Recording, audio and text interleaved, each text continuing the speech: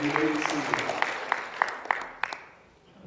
We are so glad to be able to welcome Dr. Ming Wang to our service today. I found out that once a month he goes to different churches, and I appreciate Polly Wilkerson and some of you guys going to a conference at first they went to and came back and told me about it and said, we need to have Dr. Ming in our church.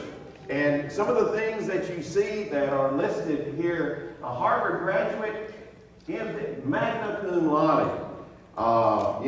That is amazing. And how God has blessed you because you believe the truth. And the truth has caused you to be a man that's after God's own heart and a hand and an instrument of God. And having two nonprofit foundations, serving in over 40 states and 55 countries. Folks, we are blessed to have Dr. Ming with us. As some of you have known already, the movie God's Not Dead is the movie that was built around his story. His pastor wrote the book, and the actor, shared, the story, not only the actor for Ming Wang, but also the other gentleman who did the arguing, I think, used a lot of your reasoning and was based on that. So right now we want to give a warm welcome to Dr. Ming Wang. Let's welcome him.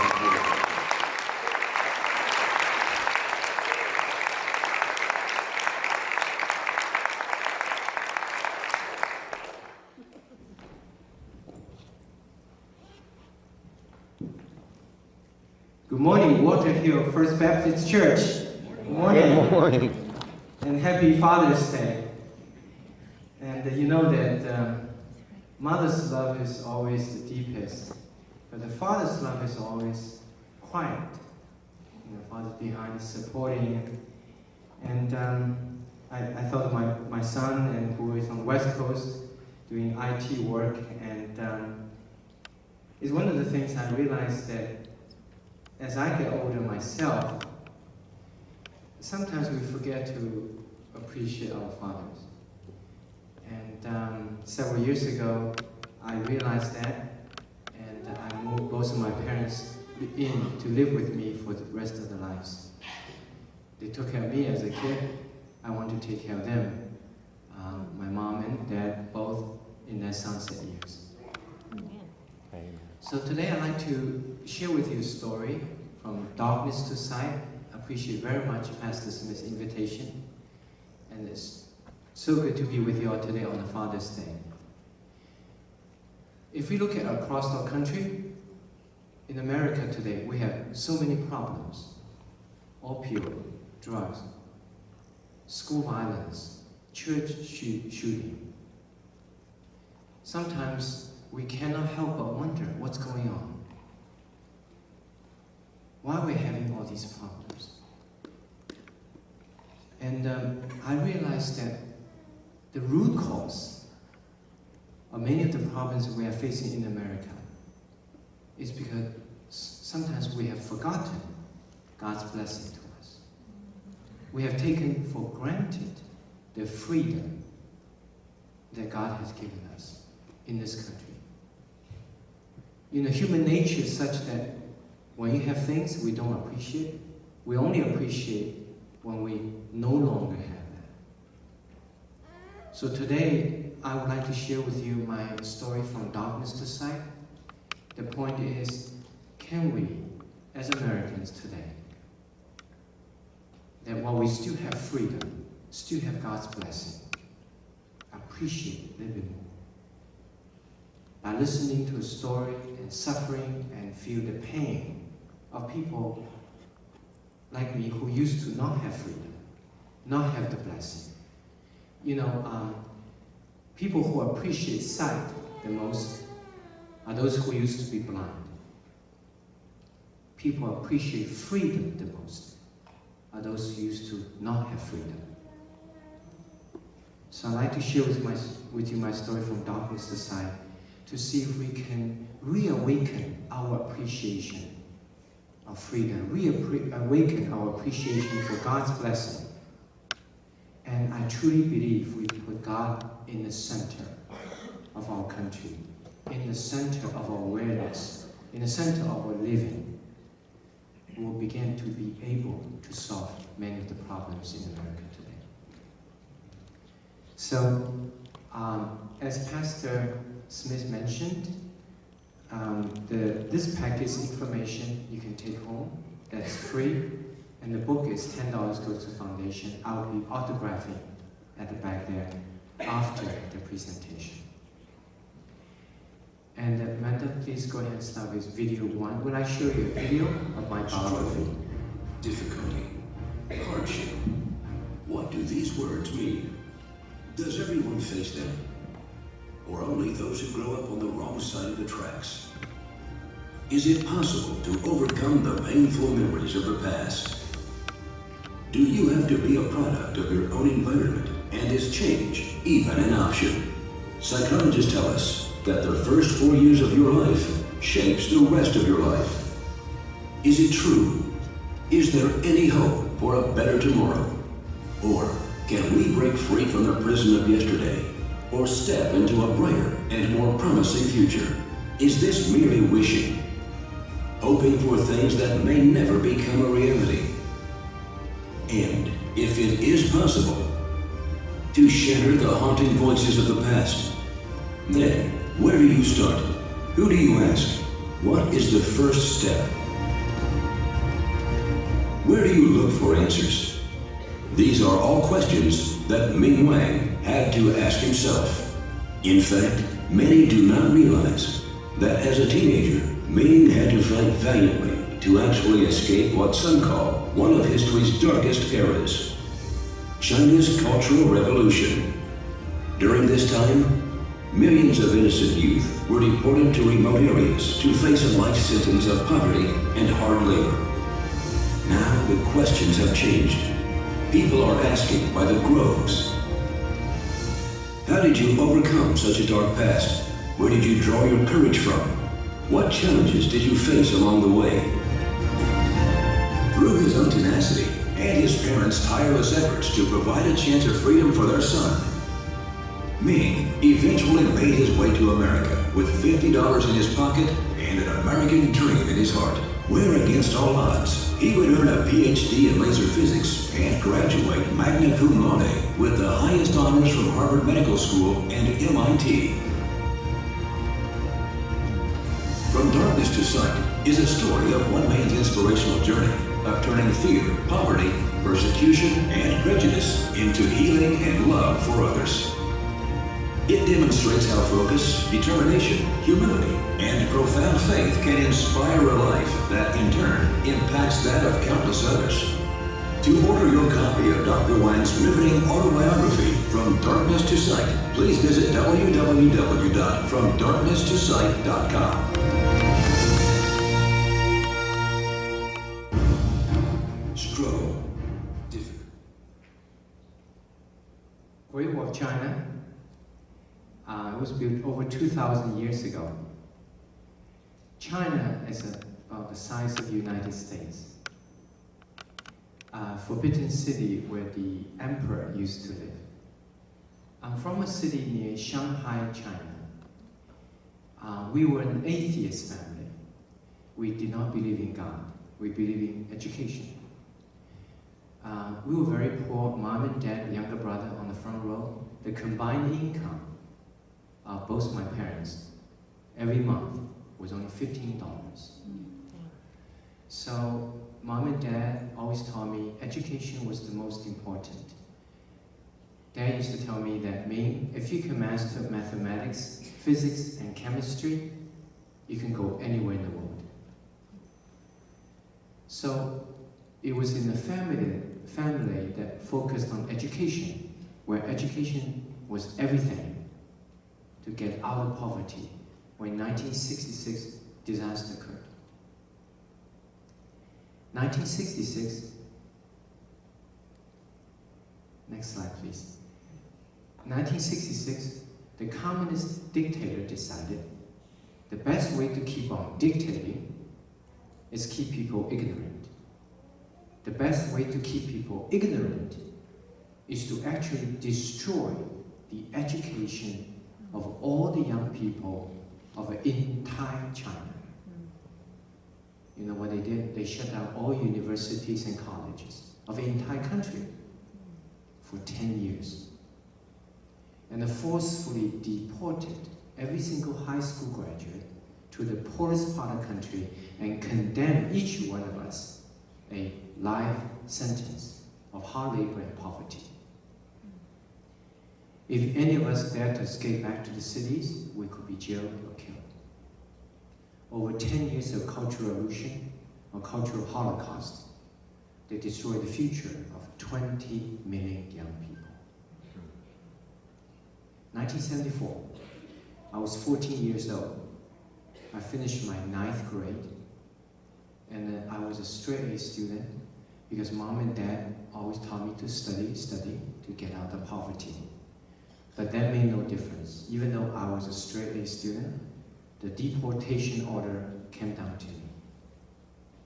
After 9th grade, I got kicked out of school and I was never allowed to go back for life. And I faced with this devastating fate of deportation and life sentence of hard labor for life. So in order to escape that devastating fate of deportation, I picked up a Chinese violin to play, because it turns out that if you can play an instrument or if you can dance, you might be able to get in what they call communist song and dance propaganda troupe.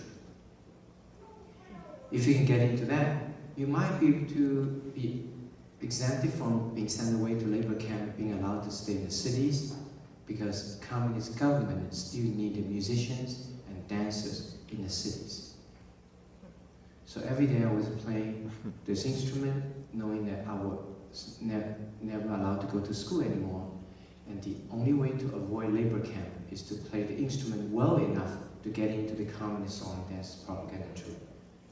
I remember I was playing the piece written by a blind artist, resonating with his sad feeling. He couldn't see physically. I could not see mentally any future. Can you imagine a 14-year-old losing everything? Not just me, 20 million others. Then something happened. The communist government discovered that I was playing a music instrument with an ulterior motive, really not for music per se, but to avoid labor camp. They stopped my music practice. Then I picked up dancing in a communist song and dance troupe. If I could dance well enough, I might be able to avoid labor camp also. But my dancing practice was discovered and it was stopped. To put into perspective, sometimes in America today, friends come and talk to me and say, "Oh, Ming, it's so nice, you have a hobby, you can play an instrument, you can dance. Nice to have these hobbies." You know what I say? I didn't learn these as hobbies. I learned it to survive. So I tried everything, all failed. My fate was deportation and life sentence of hard labor and poverty. When I was about to be sent away, 1976, the dictator died. The communist dictator died. 10 years into Cultural Revolution. So China woke up, realizing what a tragic mistake it has made by having destroyed the future of 20 million young people over 10 years. So they reopened all the colleges, stopped the Cultural Revolution. I remember mom and dad came home one day, and they said, "Ming, you might be to go back to school tomorrow." I thought I'd never be able to hear that in my lifetime. I said, "Really? When?" And dad said, "Maybe tomorrow."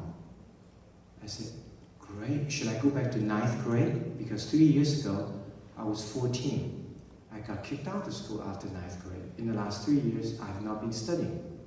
I've been playing music instrument, learning dancing, or to avoid labor camp. Now there's a chance to go back to school. Should I go back to 9th? Dad said, "No, higher." I said, 10th? He said, "No, higher." I said, 11th? He said, "No, higher." I said, "Dad, wait a minute. You want me to go back to school tomorrow, but you want me to jump 3 years ahead into 12th grade?" He said, "Yes." I said, "Why?"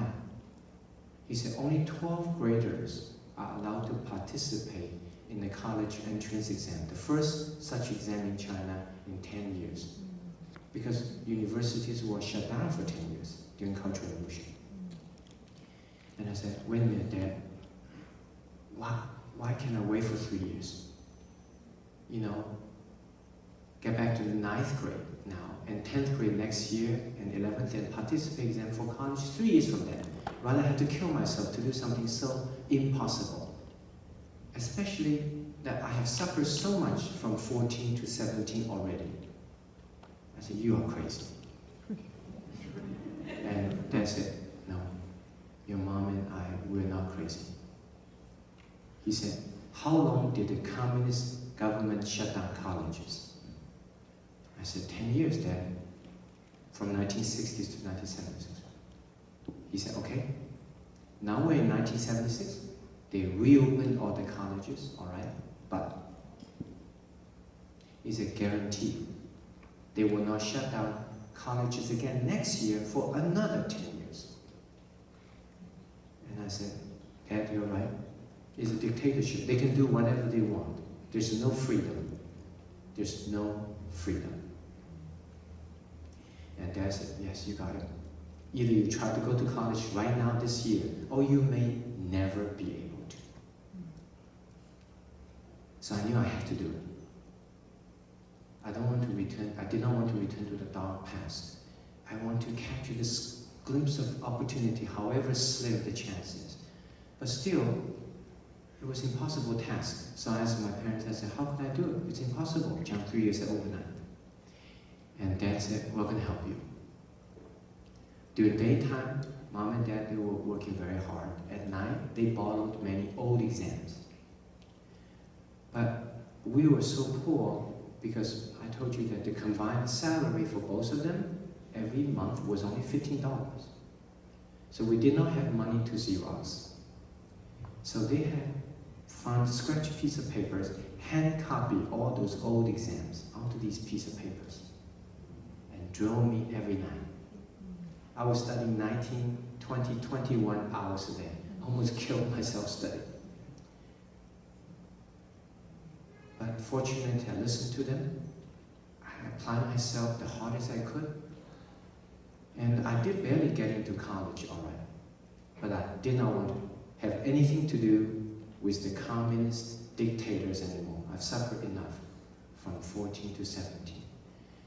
So 1982, with $50 borrowed from a visiting American professor, with enough money gathered together from relatives for one-way airplane ticket. I didn't have money to go back if it didn't work out.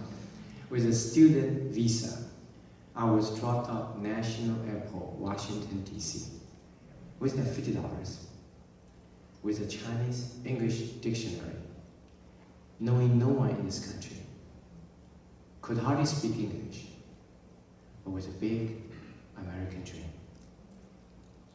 I had the good fortune of attending some of the wonderful schools in this country since then, but my work in the last 30 years, serving my patients, have been based upon the appreciation of freedom, appreciation of America. You know, the instrument I played during Cultural Revolution, the Chinese violin, it has truly become a hobby. I use it to express my appreciation to this great country, America, which has given me the opportunity to get an education, to become a doctor. Even dancing that I learned during Cultural Revolution, it has become a hobby as well. We have a Psy Foundation. All the doctors donate our services. And once a year, we have a ball, a gala, the purpose of which is to raise money to help people see. How would you call that ball? Eyeball. So we have eyeball every year, and the purpose of eyeball is to, you come to eyeball, you cannot help but just appreciating the spectacular beauty of ballroom dancing. And that reminds us how precious our sight is, because without sight we cannot see all the beautiful things in life. And how much we need to help those who have lost sight. So this is the brief synopsis of my biography. I give this talk to school kids, students all the time. I told them 3 things that I'm going to do Cultural Revolution. Number 1, love your parents. They love you, they have best interest in their heart, they have been there, they have suffered. Fortunately, I did listen to my parents at the end of the Cultural Revolution, study so hard, even though the chance was so slim. Now I have today. Amen. Second is, when opportunity comes in life, don't squander it, because it may not come again. When the opportunity came at the end of the Cultural Revolution, even though the chance of getting to college by jumping 3 years overnight was very small, the chance. Fortunately, I did try my best to catch the opportunity. And number 3, education is the foundation. I talk about all these problems we're facing as a country in America today: the opioid, drug, violence, school shooting, church shooting. And I truly believe we need to remind ourselves and our students, go back to the fundamentals, the education. It is the education that will help our students equip themselves with science and technology that can compete against the rest of the world to keep America strong. It's the education that will remind ourselves and our students that the freedom in America did not come without price. Our soldiers in the war front laid down their lives. God has blessed this country. Amen. We should not fall into this human weakness that we don't appreciate something when we still have it. Only appreciate something when we no longer have it. Can we appreciate freedom, the love, God's blessing to this wonderful country, America, while we still have the blessing? And I think it's the education that will teach our students about different races, different culture, different ethnicities. I think at the end is by knowing each other more, can we find a way to live better together. As I told you, for myself, Father's Day, this is a very timely to talk about this. As I grow older, I became more appreciative of my parents, what they have done. So I moved them in several years ago. I want to take care of them for the rest of their lives. So the purpose of my biography is to encourage, lots of students today, they feel that they deserve many things. Oh, I should have this, I'm supposed to have that. And some of them are not as motivated to study. So the purpose of my biography is to encourage Johnny or Nancy today in America to read, to feel the pain and suffering of another youngster who at Johnny's age has lost everything. At age 14, got kicked out of school despite being a straight A student, had to play music, learning dancing, or to avoid labor camp. A life sentence of hard poverty. Fought against that, came to this country with only $50, who could still make it. Johnny should be able to make it. I tell all the students today that in America, we are so blessed. You just have to do one thing. That God will just open opportunities for you in your life. Just one thing. What is that? Pull up your grades. That's it. If you pull up your grades, opportunity will just open up for you in America. God will bless you with opportunities. But that is not the case in so much parts of the world, even today. I didn't have the opportunity, freedom to study, to get an education during Communist China, during Cultural Revolution. And kids in so much parts of the world today still don't have that freedom. So the purpose of my biography is to encourage kids today, your children, your grandchildren, to work harder in school by appreciating more what they have in America. So I came to this country as an atheist student. I was focusing on studying science. I was not about to allow anything else to distract me. Just like the character in the movie God's Not Dead. And speaking of science, technology, all these textbooks that are published over the years in cataract and basic surgery fields. We have a whole spectrum of technologies now, from age 18 all the way to 107. So you're not too old to have these procedures. It's very important to recognize there are things we can do to keep our eyes young. 5 things. Don't smoke. Exercise a lot, including ballroom dancing. Diet, green leaf vegetables and carrots. And sunglasses. Ultraviolet light has been shown to accelerate cataract and macular degeneration. And number 1 is what we call cell phone eye syndrome. People today use cell phones so much, they don't pay attention, their eye gets abused, and they age faster. And we have even technology as the cell phone eye syndrome. So I tell a lot of youngsters that use your cell phone correctly. Don't use it in moving cars, in a dark environment, or you're sleeping, or in the darkness. And if you use cell phone, computer a lot, get your eyes fixed so that the prescription will be gone and you will no longer be straining your eyes. And we even have technology to treat floaters now. So floaters can be treated with a laser. So I was in medical school studying medicine, and I realized that the human eye was so complicated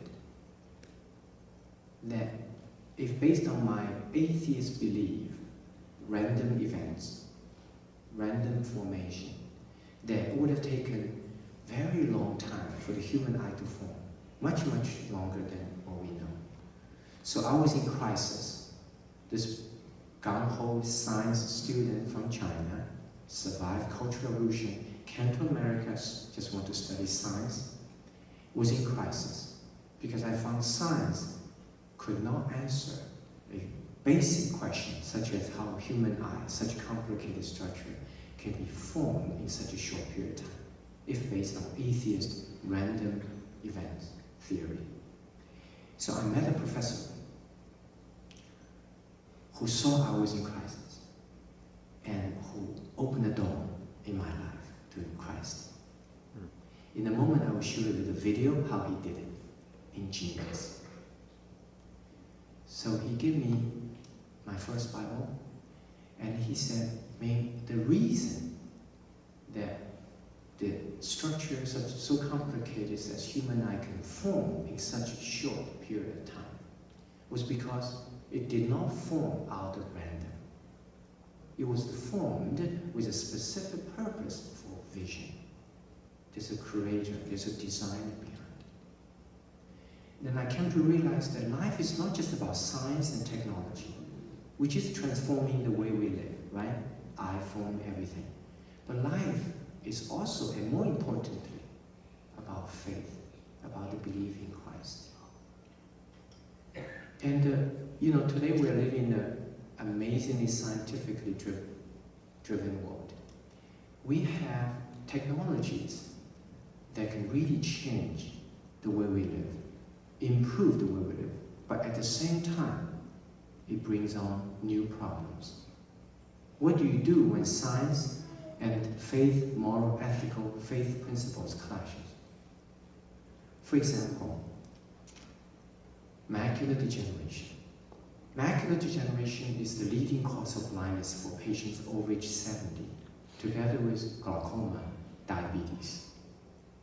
These 3 conditions, macular degeneration, diabetes, and glaucoma, are the 3 leading causes of blindness for patients over age 65, 70. But these conditions are very difficult to treat. Why? Because in order to treat an aging condition, you have to use young tissue, fetal tissue. That's what the problem is. On one hand, we say we should use fetal tissue to help grandma, elderly patients. How can we justify hurting a baby for the benefit of adult?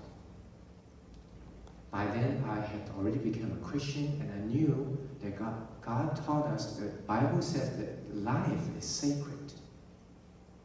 So we should not touch the baby or hurt the baby for the benefit of adult. But on the other hand, if we don't do the research on the fetal tissue, how can we treat elderly disease, macular degeneration, diabetes, glaucoma? Does it mean we just stop researching? Knowing the quality of our lives is improved through research, medical research. Are we going to leave grandma losing sight, become blind, suffering from macular degeneration, glaucoma, diabetes, without getting help, knowing the only way to help is to use young tissue? It's a tough question. It's a tough question. What should we do? Should we or should we not use fetal tissue? I want to show you a little video about my personal journey in the last 20 years, trying to figure out what's the right thing to do, what's God's teaching. On one hand, I would love to help my elderly patients improve their eyesight. On the other hand, I know medicine tells us that the only way to do it is to use young tissue to help elderly disease. So Amanda, second video, thank you. Hello, I'm Dr. Ming Wang, and I'm here to tell a story. And through the story, I want to ask one of life's greatest questions. Are faith and science friends or foes? In today's world, faith and science are often at odds with each other. For example, regarding stem cell and fetal wound healing research, faith dictates that we should leave the embryo and fetus alone and should not conduct such research. In contrast, science says we should. If we follow our faith and do not conduct such research, then how can we face the patients who are suffering from illnesses for which stem cell and fetal wound healing research may present the only hope for treatment? If we do conduct research on stem cell and fetus, how can we then have the peace with the thought of destroying the life of an embryo or a fetus? Are faith and science truly incompatible or at odds with each other? Which side would you choose? 16 years ago, we found ourselves faced with an agonizing situation of having to answer this question. We were conducting corneal wound healing research and found that in contrast to an adult eye, which scars after injury, resulting in the loss of sight, a fetus can actually heal without scar. As an eye doctor, I really want to help my patients restore their sight. But I was also struggling with my moral conscience and faith away from an unborn child.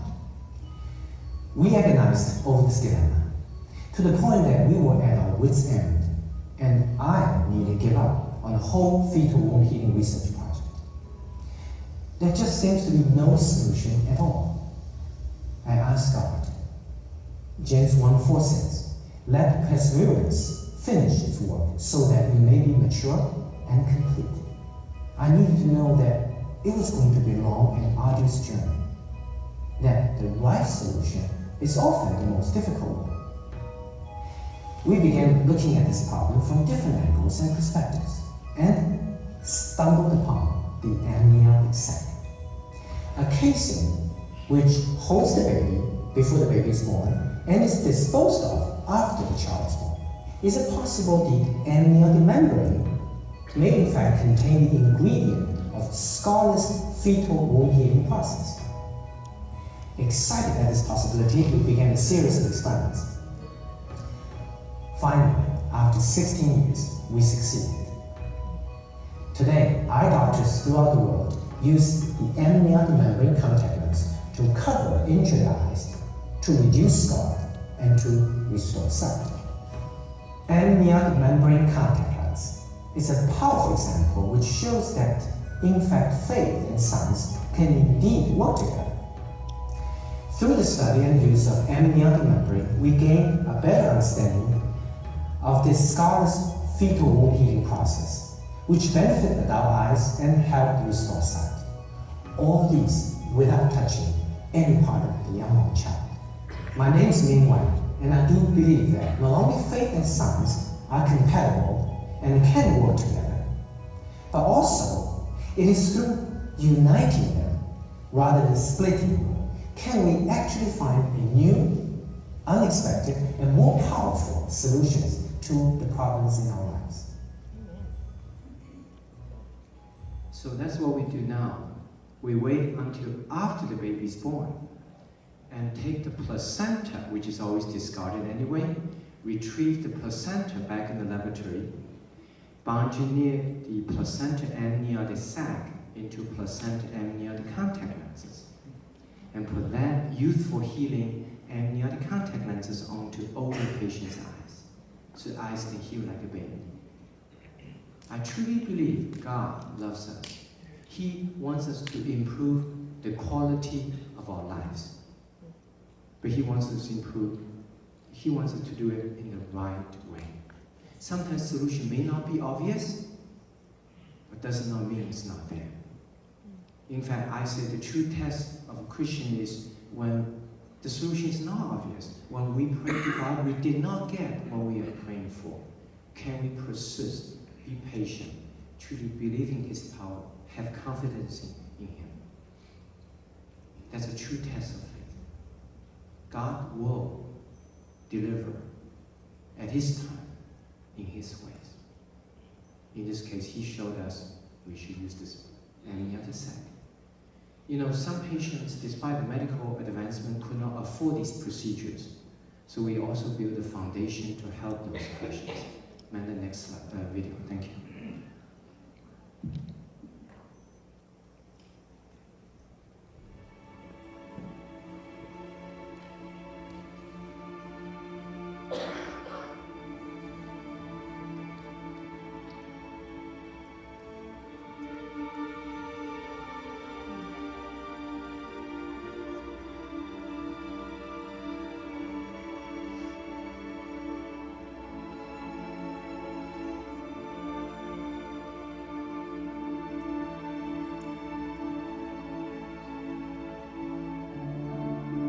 The Wang Foundation for Sight Restoration is bringing sight to the corneal blind.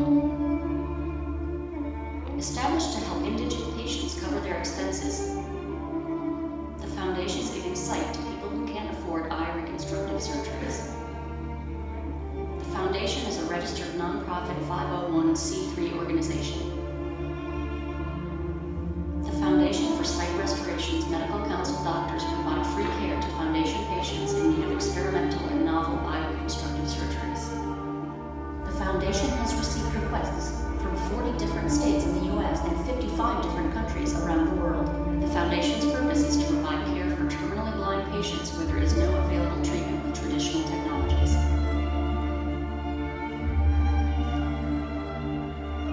The foundation raises funds throughout the year, but holds their major event, the Eyeball, in Autumn. The foundation uses the contributions to pay for medical expenses for patients. No foundation funds are used to pay for professional services rendered by the medical council physicians. Once more, the Foundation for Sight Restoration funds new research. Foundation researchers published the first scientific paper demonstrating reduction of corneal scarring using amniotic membrane grafts. They received a U.S. patent for this invention. The world's first femtosecond laser artificial cornea implantation successfully restored vision in a 40-year-old man, the Foundation's first patient. The Foundation for Sight Restoration is bringing sight to the corneal blind. Thank you for supporting the Wang Foundation for Sight Restoration.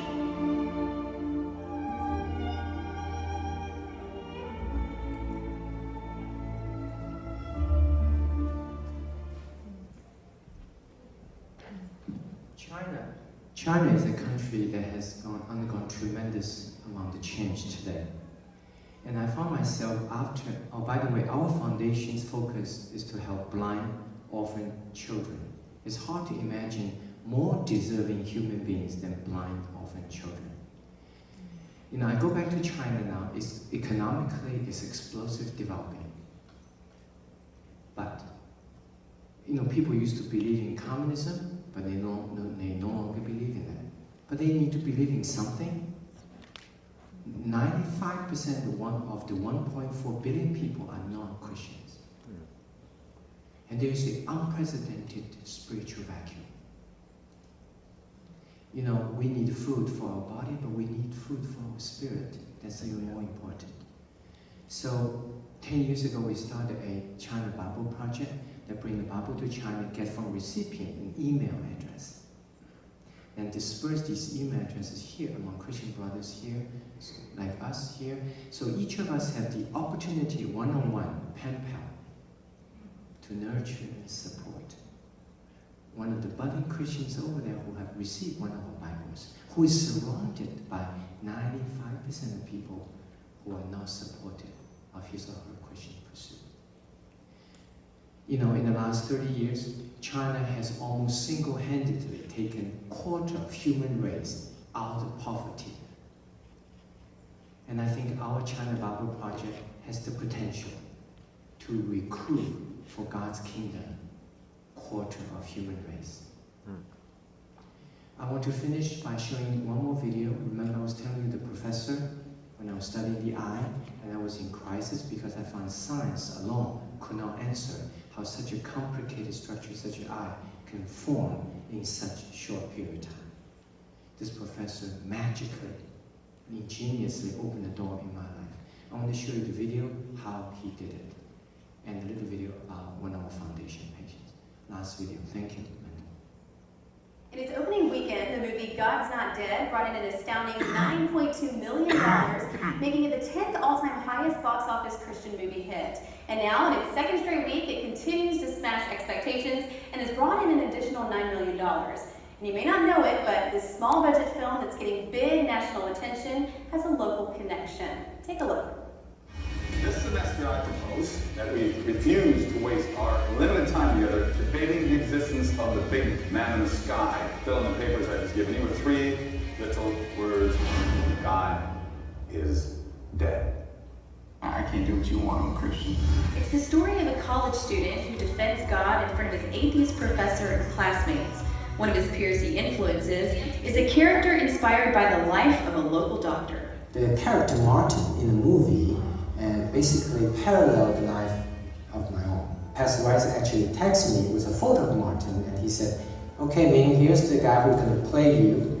And I replied, I said, "Oh, at least he's better looking."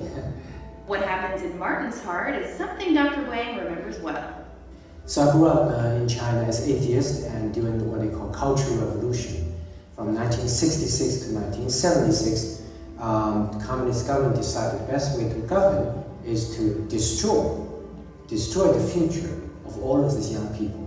His fate was a lifetime of hard labor and poverty, but a chance meeting with an American professor changed everything. In 1982, with $50 borrowed from him, with enough money borrowed from relatives, enough for one-way airfare, that I was dropped at National Airport, Washington, D.C. With that $50, with a Chinese-English dictionary, but with a big American dream. Ming worked hard and eventually was accepted into Harvard.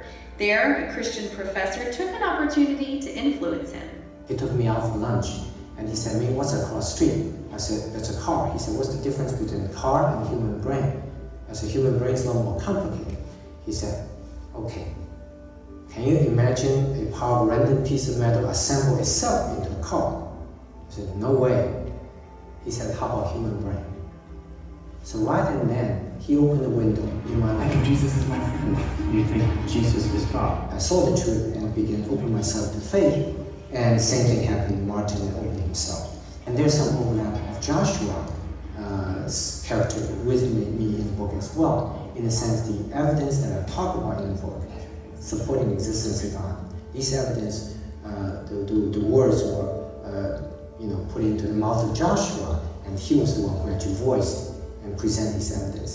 Dr. Wang says he finally figured out that science and faith work hand in hand. Science is about what things are, and faith is about why things are. Now, Dr. Wang's faith in Jesus Christ inspires everything he does. Just last year, he performed a miraculous surgery on a 15-year-old orphan from Moldova, Maria.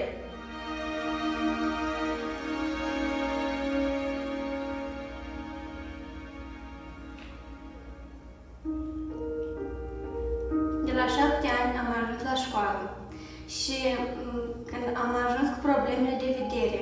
Îmi părea că o să fie totul închis, nu o să am prieteni, dar totul s-a ales prin puterea lui Dumnezeu.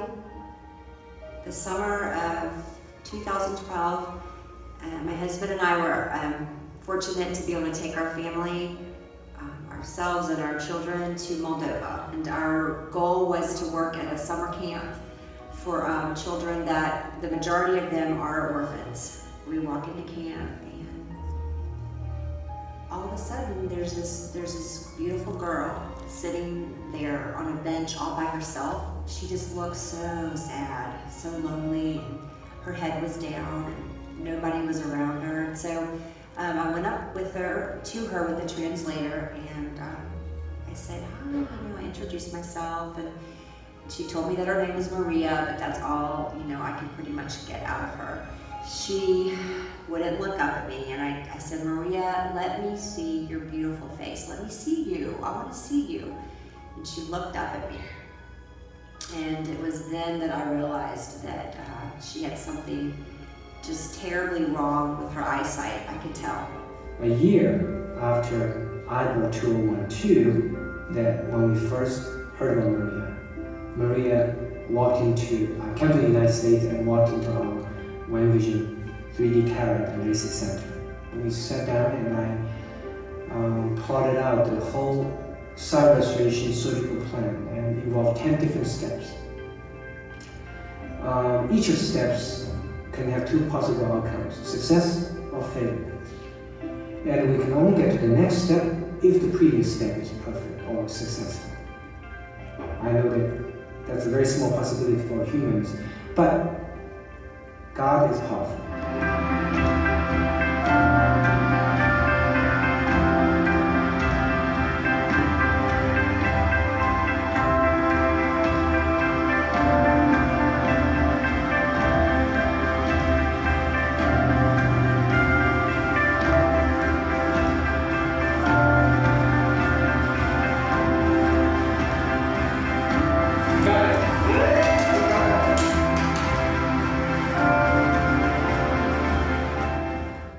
And guess what? It happened.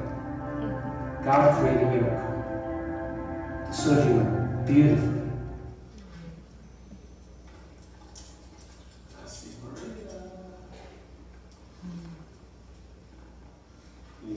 Oh, careful.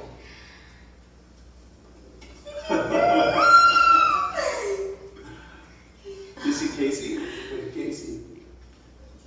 Can you see me?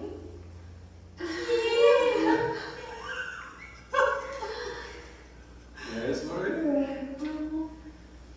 Look at her.